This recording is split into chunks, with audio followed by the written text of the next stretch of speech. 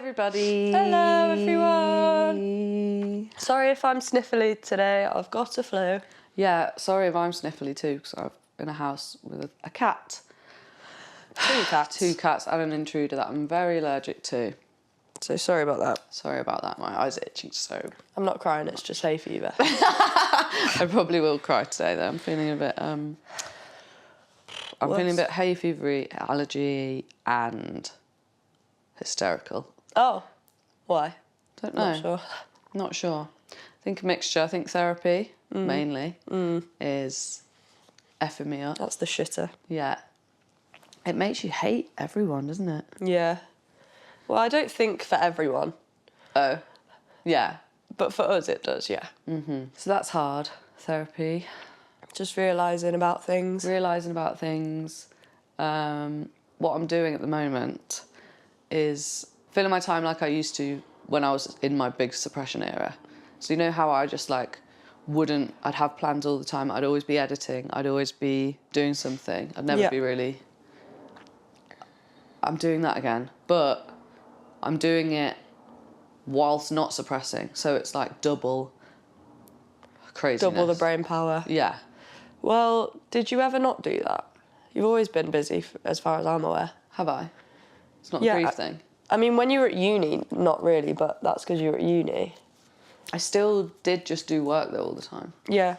I think that's always been your thing. It's like, that's your coping mechanism, is just keeping busy and thinking about it when you want. But I don't think that's a bad thing. I think that's what is the right thing to do.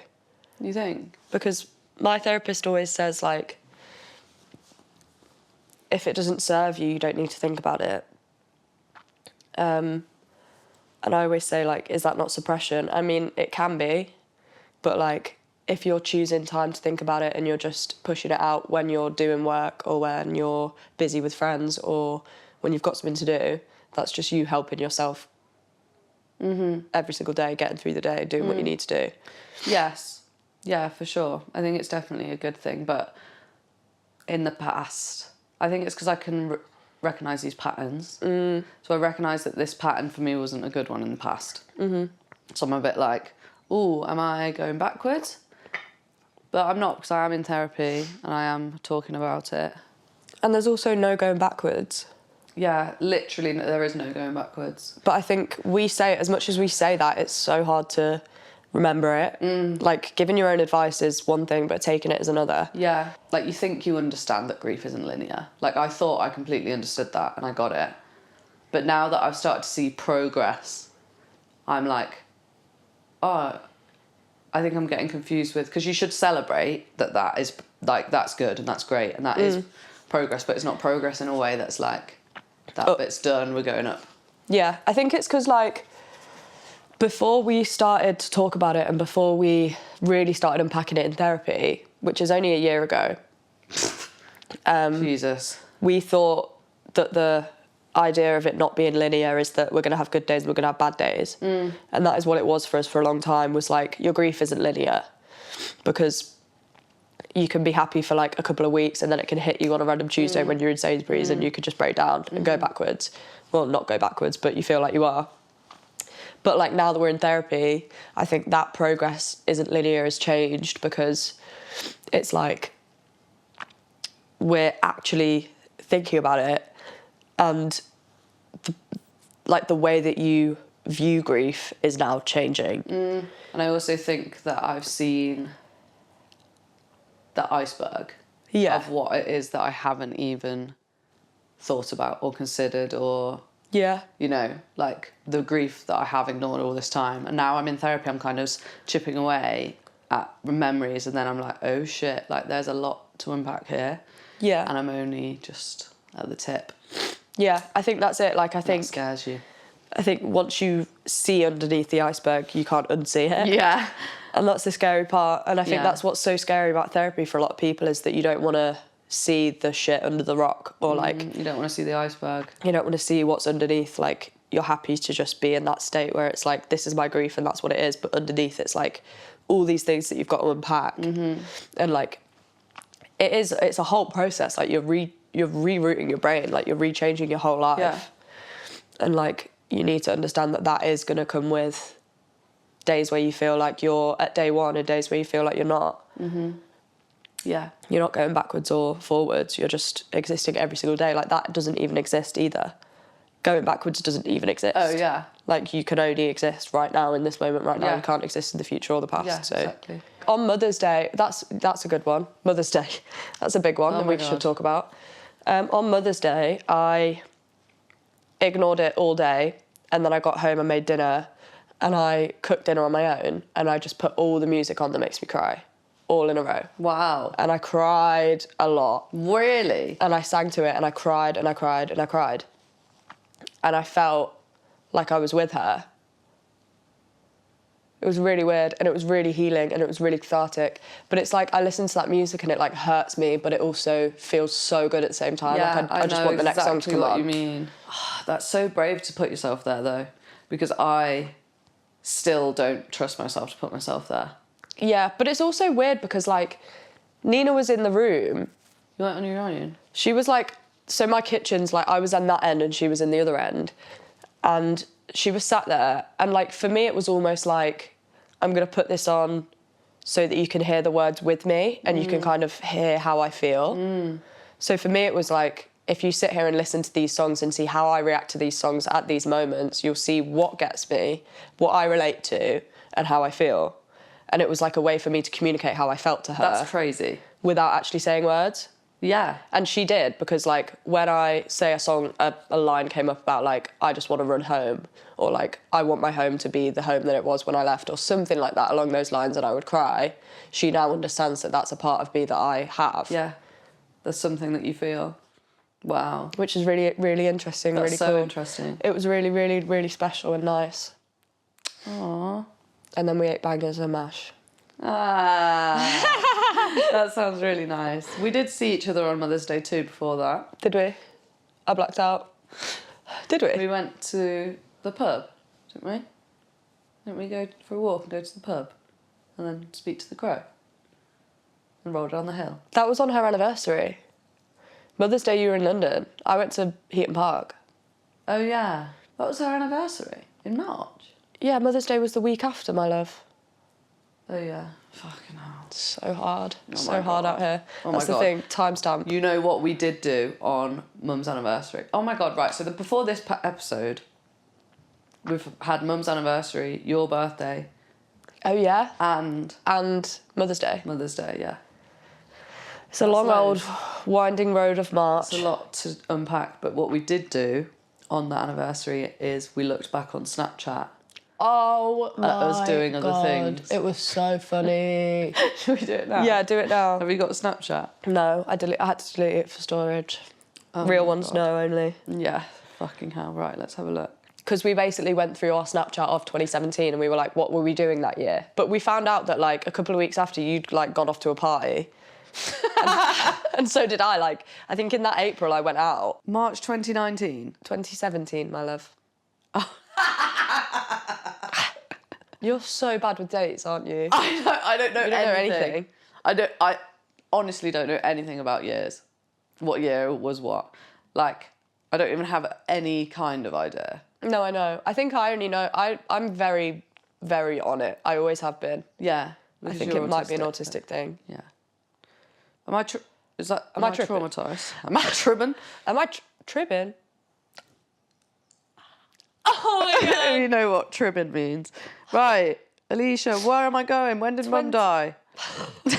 March 2017. 18th of March 2017. 2017? Yeah. Okay, well, you know what's fucking interesting? What? My Snapchat goes from I know. 2016 to 2019. I know. And this is why we moved to Google Photos, because you blacked out. I deleted For 2 whole everything. years. I don't have any memories. No, wait. No! I think that this day. was the first anniversary, wasn't it? What's that? This is Mum's first anniversary, me dressing heels. You've got to put that in. For people like actually watching Okay, on YouTube I'll or screenshot. whatever, we'll put it in. But basically what this photo is Amy stood in the mirror, leggy blonde. In my glam era. Complete identity crisis, right? She doesn't know who she is. She's got her leg out, one leg's at the front, her hips popped. She stood there, phone in hand, hair curled to the gods. She's wearing a Pink eyeshadow. Pink eyeshadow. What? Who's that? Alicia. Sorry, you look pretty, but I don't know who that is. You look like pretty.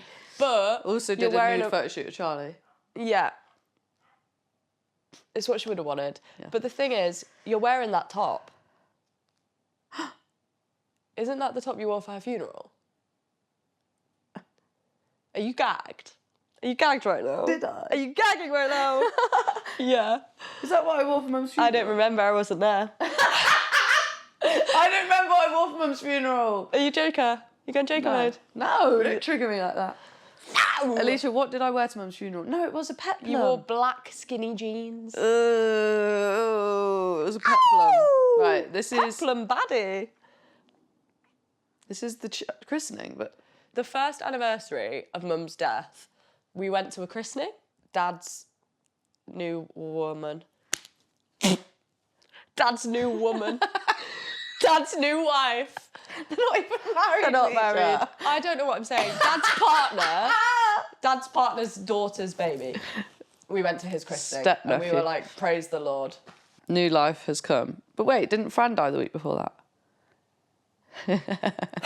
Yeah, Fran died about 3 weeks before that. Right, I need to go on Google showed up. Photos. You showed up glam to the gods.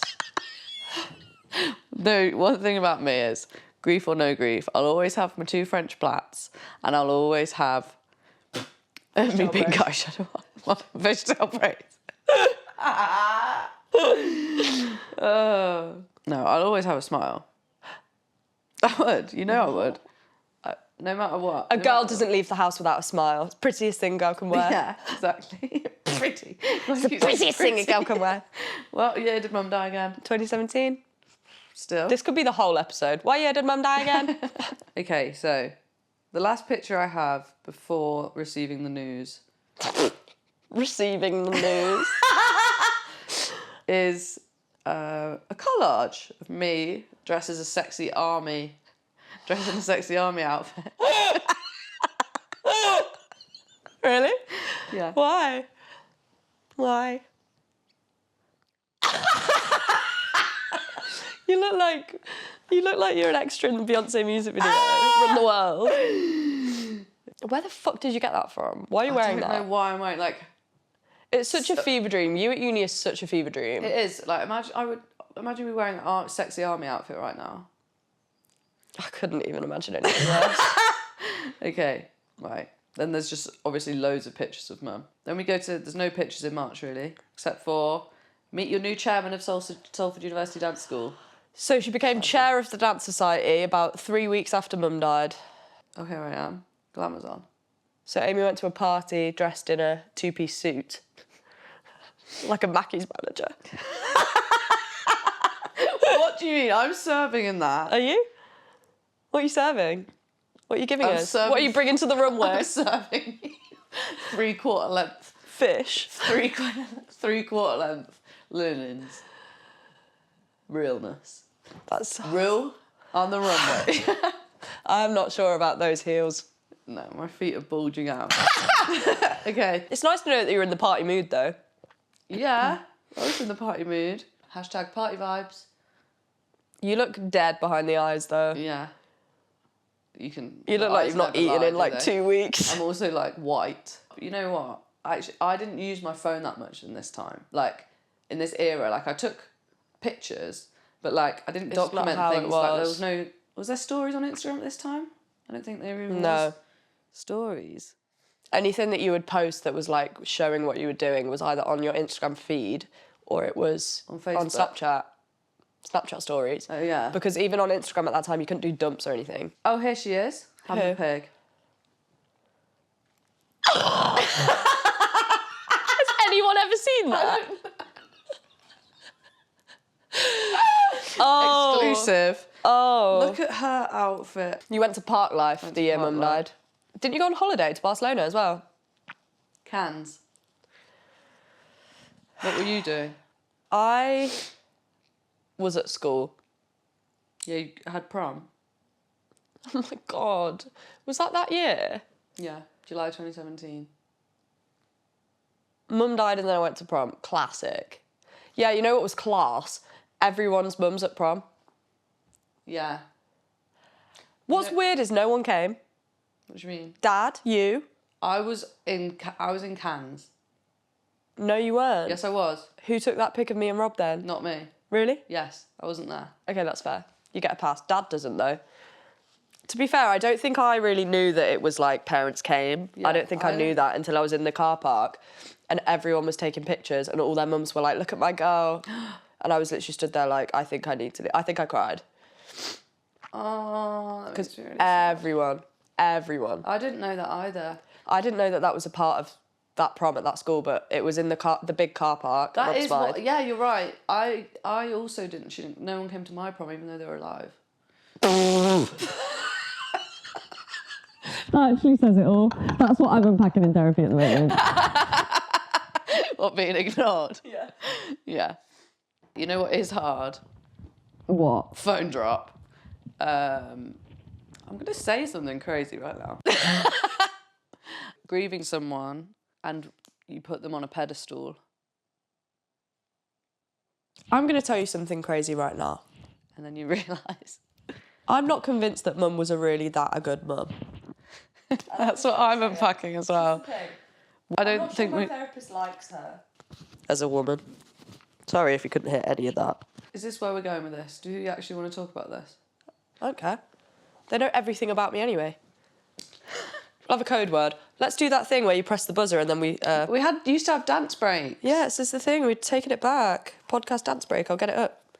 Okay. You tell me when you press that buzzer. You've got a folder? Podcast dance break. Yeah, this You've was got going to an be a album? massive part of it. Oh my God. And we just forgot that it exists. I think it only has Scooter in it, to be honest. So for context, when we started the podcast, we made, which I completely forgot about, made a playlist of dance break songs. So if it got too deep and we were getting upset and we wanted to stop, we'd just press play and then we'd dance and then we'd feel better. Because that's what we did a lot of the whole time. It's what we do. It's what we It's just do. what we do. Dancing honestly does make you just feel so much better. Honestly. Can we hear what's on there? No, you have to get to that point. Is that a challenge? Yeah, it's a challenge. Okay. Is that a threat? Yeah, it's a threat. It's a direct threat Okay.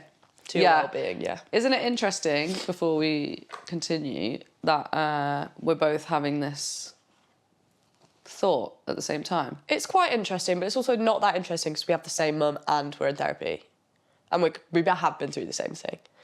Yeah, but I just never thought I never thought I'd ever think that. we'd do this. Because the thing is, like, from my perspective, I was always young. I was young until she died. I was always... Everything I have of her, I was young. Mm-hmm. I didn't even know who I was. Mm-hmm. So, like, to me, from a child point of view, of course she was the best mum ever. Because she cooked, and she fed us, and she, like, loved us. She gave us a home. But what I'm learning in therapy is that her stress has had such a huge impact on me. And like, for example, like she had OCD, so she was very hyperfixated on cleaning all the time. And any time I felt like an inconvenience to her tasking. That's how I felt in my childhood, and I didn't know it until afterwards, till now. Because, for example, like for parents' evening, she didn't ask me what I was doing at school. She didn't help me with my homework. She didn't read to us. She didn't do extracurricular activities with us. She didn't take us anywhere. So interesting. My therapist asked me, did she ask you about school? And the first week, I was like, yeah. She was like, yeah, we would have spoken about things. And then we went into it again. What did she ask you then? Yeah, and I realised slowly that we didn't... We didn't have that. We didn't have anyone asking us... She didn't know my teachers' names. She didn't know what was going on at school. She didn't know when half-term was. She didn't know what I was doing at GCSEs. She didn't know what I wanted to do when I was older. She knew that I did theatre, but that's because I did it in extracurricular, and she took that as she wants to be a theatre actor, she wants to be an actor, which at the time I probably did. But that's the only thing that she knew about me. I remember asking her, this is a really vivid memory that I've just remembered. I remember asking her, live and direct. Shit on it. I said to her, when she was alive, what's my favourite colour? And she said blue. And I said yes, but it wasn't blue. I said yes to make her feel better. I remember that. Oh. And I remember in that moment thinking, she doesn't know what my favourite colour is. Yeah. Which is interesting because obviously Yeah, know exactly what you mean. grieving brings up such specific parts of a person, and you miss them in a way that's filled with love, and you miss them from a loving point of view. But when you unpack what they didn't give you, it's really weird. It leaves you in a really weird space. It's very uncomfortable. It's very uncomfortable. Very uncomfortable. And I also think that's very normal. Yeah. Because I've also felt it across griefs. Cross grief Multiple section. griefs. Like with Fran, I found it really uncomfortable to, like, I remember one day me and Bryony, we just spoke. We, like, one of the first times it's very clear when we actually said something that wasn't Happy how about amazing her. she was. Yeah. And I remember feeling uncomfortable. Yeah. But then remembering that was true. Like, she was amazing. Yeah, of course she was. She is. But, like, we were still teenagers at school that... Of course you did things to each other that you don't. Yeah. And same with Mum. Like, everyone is still a person. And everyone... It's their first time on the planet too. And they're going to make mistakes. And just because they've died, it doesn't mean that like you can't heal from the things that they did, because you're still a person, they're still a person that has done something that has affected you, and it feels like you're being disrespectful, like disrespecting the dead, like it feels all of this, but you still experience, these are your lived experiences, and it doesn't take that away. So I think it's good to push past the uncomfortableness. Yeah, it is. It's also like, for me, it's also like, the more that I remember her good parts and bad parts, the more I remember her. Yes, and remember that she was a person. Yeah. See, this is what I'm getting into in therapy, is because it's just been, since all the griefs, it's just been, this is me that this thing happened to. It's not like, I don't feel like I think about her as a human, but a person that was actually here, It's that an had event. emotions, that had, you know. Yeah. It's hard to think of them, I think it's hard to remember that this is a person that's lost their life. Like, your brain protects you from thinking about the fact that this person has lost their life. Yeah. It's just a person that's gone out of your life. You think about it from an egotistical point of view, and it's like, I've lost this person and that's an event that happened to me, instead of thinking about that's a person that's lost their life. Yeah, and that's normal, and that doesn't mean that's because you're self-centered. No. Or anything. That means literally... That's the human condition. Yeah, that's just how your brain works. What I've been realising is I learnt so much about my own mental health through your mental health.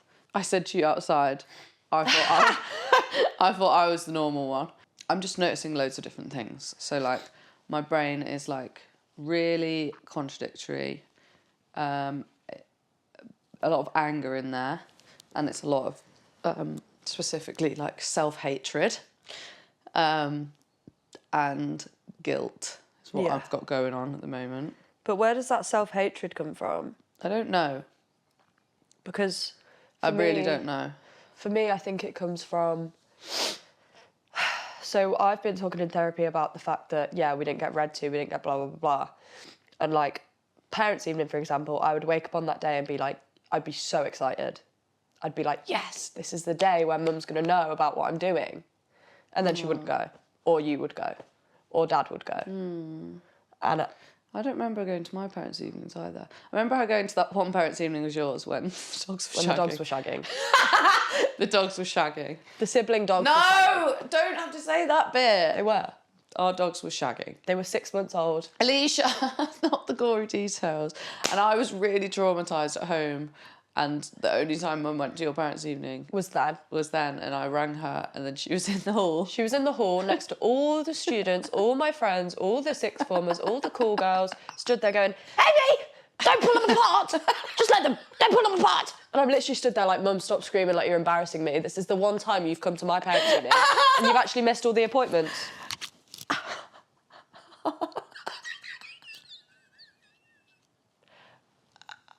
was clever at school and I was good at like I was good in all my This is classes. going to make me cry. I know, but whatever.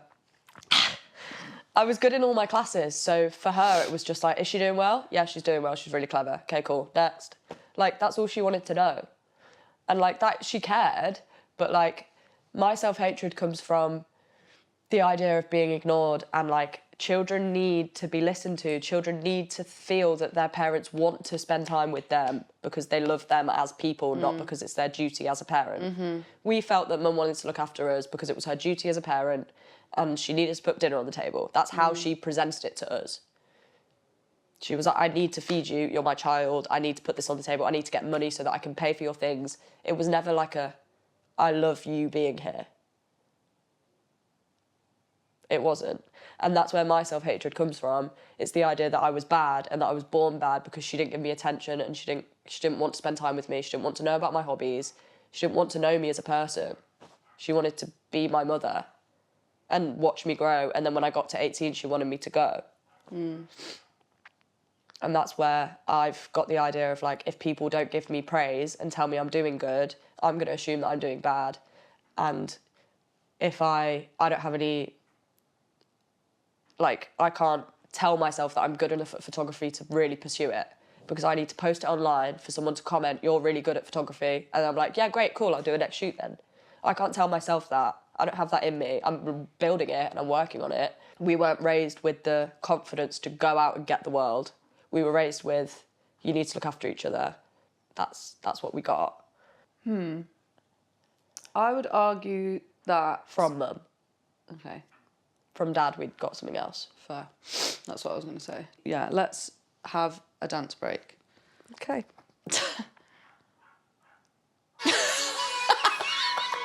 Is this the one from this country? I think so. Scooter. We can't even play the songs. Yeah, you just have to watch us dance in silence, unfortunately. This is horrible. It's making me feel worse. Okay. Anyone feeling better? No. No, worse. That's too much. Yeah. Anyway, what have you been doing this week?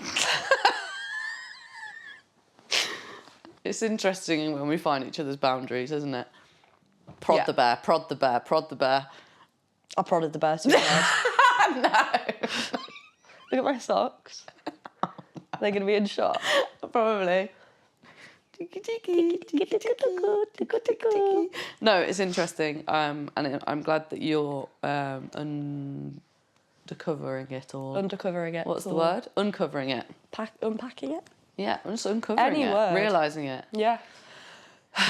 But I think it is that idea of like, you think you're disrespecting the dead, and that's how I feel.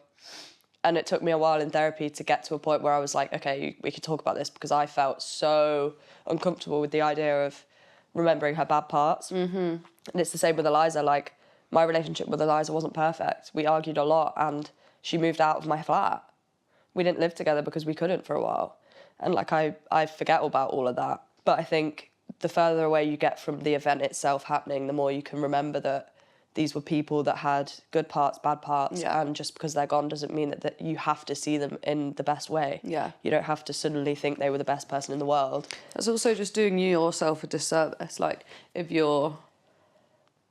someone was alive and, you know, they treated you badly, you have to recognise they treated you badly, because you have to know what your boundaries are and what Yeah. makes you feel bad and what makes you feel good. Mm-hmm. But yeah, it is definitely very hard. It is hard, and I feel like a lot of people struggle with the idea of like losing a parent that you're not necessarily close with, or things like that.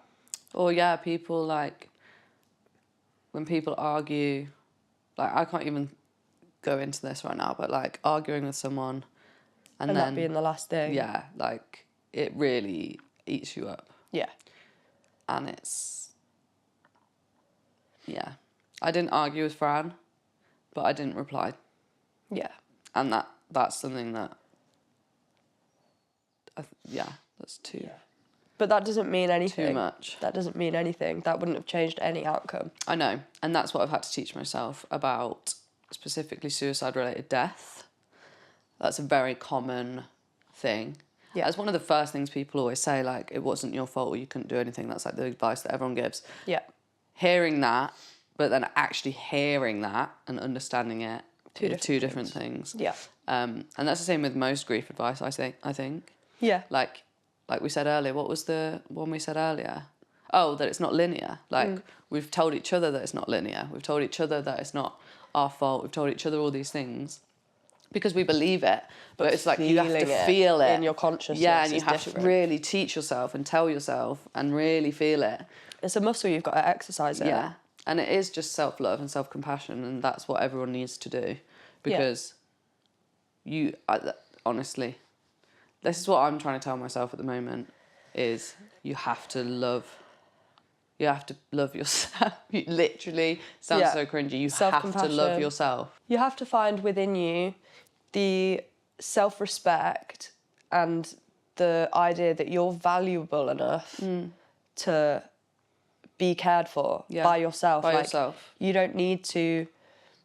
You deserve to get out of bed every single day. You deserve to have food. You deserve to go see the world. You deserve to have a career. Yes. You deserve all of these things. And, like, if you sit back and you're scared of it, which I was for so long and I still am, you're not doing anything. Yeah. Like, no one's going to change that for you. Mm-hmm. And it's really hard to learn that you need to see yourself in a loving way instead of seeing yourself as like someone that's holding this burden or someone that's shit at things or someone that can't deal with anything. Yeah. It's like you can, but you can't with that mindset because you're acting against your own brain. If you're telling yourself that you can't do these things, that's your brain's the only thing that's going to not do that. Yeah. Do you know what I mean? You have to train it. What I mean. It is like the most helpful thing I've found with this is the inner child stuff. Because I think I've seen it a lot. Like, there was definitely elements of it with me, with the suppression that was like, oh, this really shit thing's happened to me, so I'm just going to have loads of fun. Yeah. I'm just going to have loads of fun because I deserve it. And that's good. Yeah. But I was giving myself that, like making myself go out and have fun plans, like all of this, like travel the world.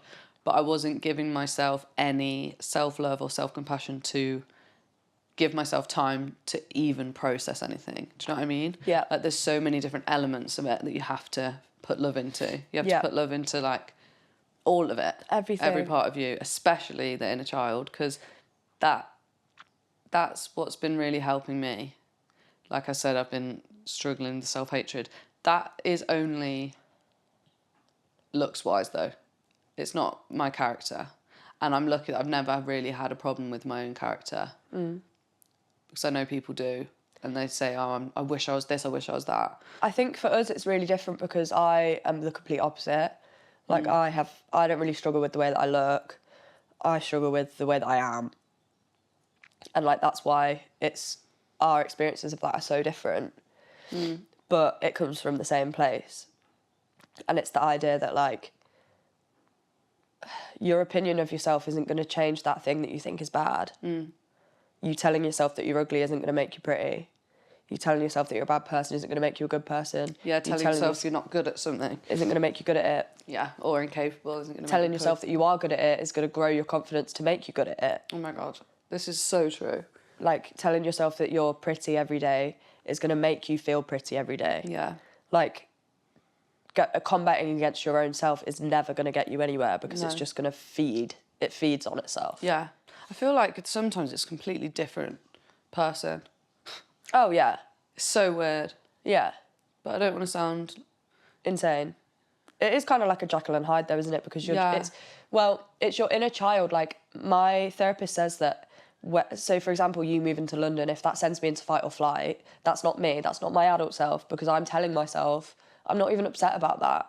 It's my child self that's not healed from not being spoken to or not being looked after or blah, blah, blah, all of that, that's getting ignited when you're leaving.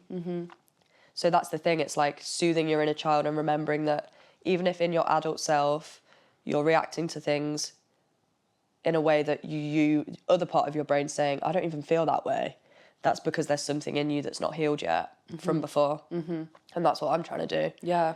That's like when Amber said when we were doing our talk, she said something that it resonated with me so much. What was it? Oh, it was like, sometimes I hear myself shouting and I'm like, no, I'm not hearing myself shout. I'm hearing 16-year-old Amber shouting. Yeah. And that is a really good distinction to make. Yeah. Because I'm not going to sit here and be like, nothing that you do wrong is your fault 'cause you've been through grief. That's not it. You have to be accountable. Yeah, you're responsible for your own actions. For your actions, yeah.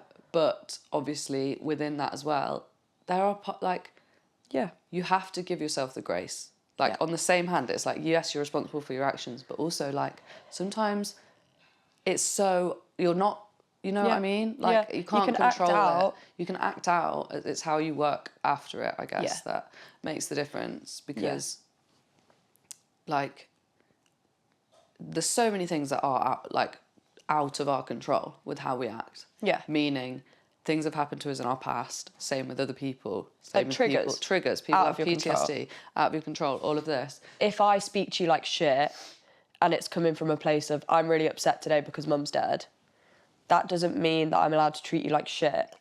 That means that there's a part of me that's upset and it's 16-year-old me screaming, but that doesn't give me the green light to treat you like shit. Yeah. But a trigger is completely out of your control. But like, when you recognise that you acting in this way isn't your adult self, it's your child self or your unhealed trauma self, it's a really good way of doing it. Mm-hmm. Because you can start to then put self-compassion onto that. Yeah. And you can be like, how do I help her? Yes. How do I unpack her grief? Even though I don't feel it in the present day. Mm-hmm. But it's making me act in a certain way. It's like It's trying your to protect you, your inner child. Yeah. Like protecting it and making it feel it. It. I don't like referring to myself as an it. No. Her, she, little Amy. Her, though, that's weird too. Little Amy makes you want to cry my eyes out. Yeah. Little Amy's little face. She doesn't exist to me. She does. She's in here and she's going, help me! Yeah, she is. I hear it every day. But that was really nice. Hard as hell. But I think that was a conversation that we needed to have at some point. Yeah, I think it was definitely everything. I didn't even ask you how you are. I'm alright. You know what? This before we started filming, I was going to say, this is the first day. This is going to be the first episode where I say, how are you? And you say, I'm great. Really? Yeah, and then you're going to ask me and I'm going to say, I'm fucked up. See, that's the thing. It will just change every day. We're just learning. Because every time I say, how are you? You're like, oh, I hate my life! No, I don't. I love myself. Guys, Please. give yourself some love. Please. Compassion. If you're going to be mean to yourself, think about younger you and that they just want a bit of love. They weren't born bad. No one's born bad. And also, you're not bad. You're great and you're doing good. You're a baddie.